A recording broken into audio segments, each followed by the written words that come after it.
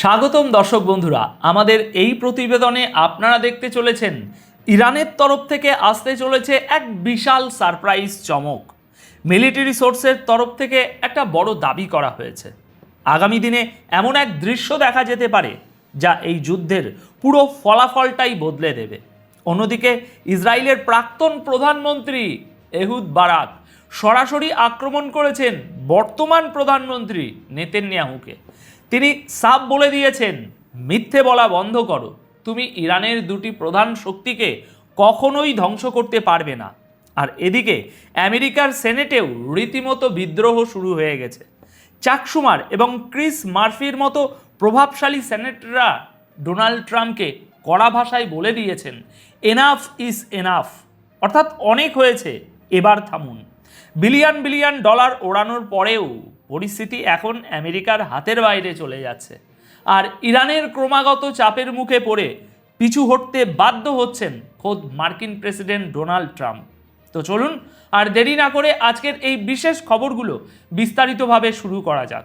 দর্শক, আজকের সবচেয়ে বড় এবং প্রথম খবর হলো, ইরান সম্ভবত তাদের ইতিহাসের সবচেয়ে ভয়ঙ্কর অস্ত্রটি এবার ব্যবহার করতে চলেছে। আর এই কারণেই ইরানের তরফ থেকে একটা বড়সড় সারপ্রাইজের সিগন্যাল দেওয়া হয়েছে। আর যুদ্ধের ময়দানে এই সারপ্রাইজ মানে তো কোনো নূতন এবং ভয়ঙ্কর অস্ত্রই হতে পারে, তাই না? আসুন এই যুদ্ধের পরবর্তী ধাপের ভয়ানক ইঙ্গিতটা এবার একটু সহজভাবে বুঝে নেওয়া যাক। দেখুন, পরিষ্কার বলা হচ্ছে যে এতদিন আমরা যা দেখেছি সেটা তো শুধু ট্রেলার ছিল, পুরো সিনেমা তো এখনও বাকি। আজ 24শে মার্চ ইরানি মিডিয়ার একটি খবর সামনে এসেছে। সেখানে ইরানের মিলিটারি সোর্স দাবি করেছে যে আগামী দিনগুলোর জন্য তাদের নতুন সারপ্রাইজ একেবারে তৈরি। আর এই পদক্ষেপগুলো এমন হবে যা এই যুদ্ধের সম্পূর্ণ ফলাফলই বদলে দিতে পারে। অর্থাৎ ইশারাটা একদম পরিষ্কার, আগামী দিনে ইরানের তরফ থেকে আরও বড় হামলা, নতুন প্রযুক্তির ব্যবহার বা এমন কোনো কৌশল যুদ্ধের ময়দানে দেখা যেতে পারে যা আগে কখনো কেউ দেখেইনি। এই একই বিবৃতিতে সরাসরি নিশানা করা হয়েছে ডোনাল্ড ট্রাম্পকেও। বলা হয়েছে, ট্রাম্পের সমস্ত মিলিটারি অপশান বা সামরিক কৌশল এখন সম্পূর্ণ ফেল করে গেছে।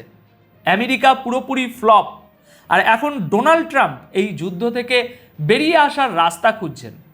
দর্শক, ইরানের এই সাম্প্রতিক বিবৃতিতে এমন কথাও বলা হয়েছে যে এখন যুদ্ধটা ময়দানের চেয়ে বেশি বয়ানবাজি আর সোশ্যাল মিডিয়ায় লড়া হচ্ছে, কারণ বাস্তব ময়দানে পরিস্থিতি একেবারেই আমেরিকার পক্ষে নেই। আমেরিকার অবস্থা রীতিমতো টাইট হয়ে গেছে।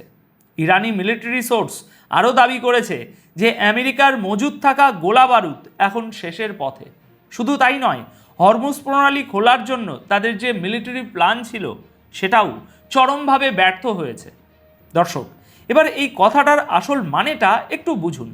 এক পক্ষ যখন নতুন সারপ্রাইজ দেওয়ার কথা বলছে আর অন্য পক্ষ যখন যুদ্ধ শেষ করার রাস্তা খুঁজছে, তখন এর থেকে পরিষ্কার বোঝা যায় যে দুই পক্ষের ওপরই আলাদা আলাদা রকমের চাপ তৈরি হয়েছে।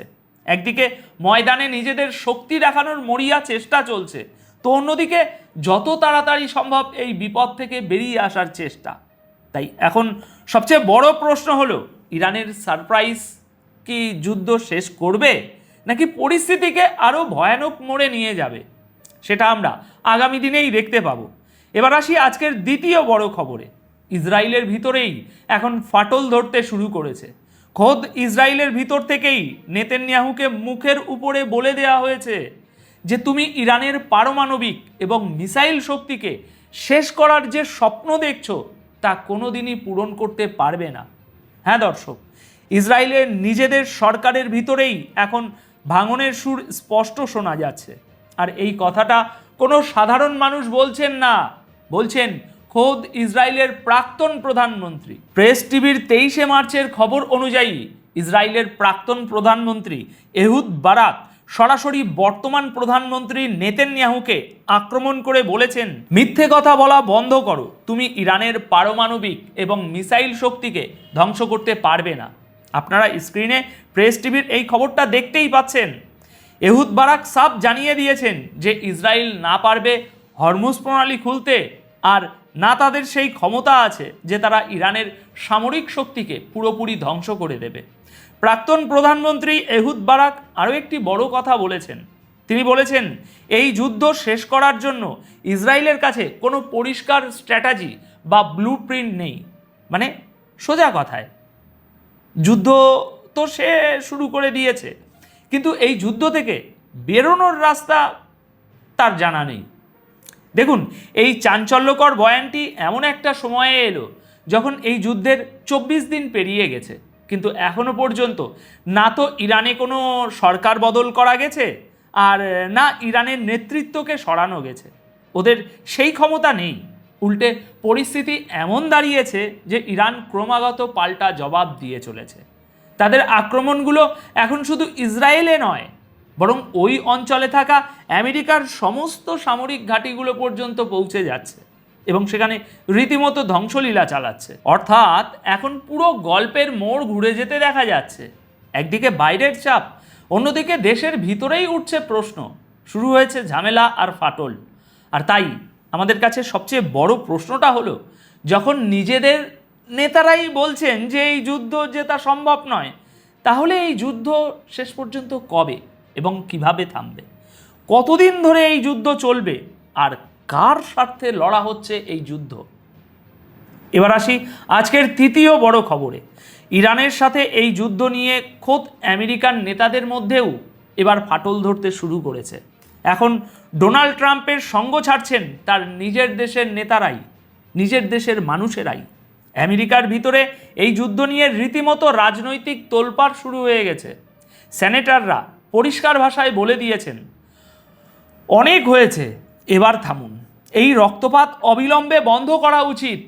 সেনেটের প্রভাবশালী নেতা চাক শুমার এবং সেনেটর ক্রিস মার্ফি সরাসরি ডোনাল্ড ট্রাম্পকে আবেদন জানিয়েছেন যে তিনি যেন ইরানের উপর এই হামলা এখনই বন্ধ করেন, কারণ পরিস্থিতি এখন পুরোপুরি তাদের নিয়ন্ত্রণের বাইরে চলে গেছে।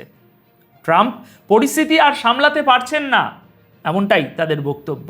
সোশ্যাল মিডিয়া প্ল্যাটফর্ম এক্সে একটি পোস্টে চাক শুমার লিখেছেন, কিছু রিপাবলিকান সেনেটরও এখন চাপা গলায় মানতে শুরু করেছেন যে আমেরিকার সরকার আসলে মধ্যপ্রাচ্যে ঠিক কী অর্জন করতে চাইছে সেই বিষয়ে তাদের বিন্দুমাত্র কোনো ধারণা নেই।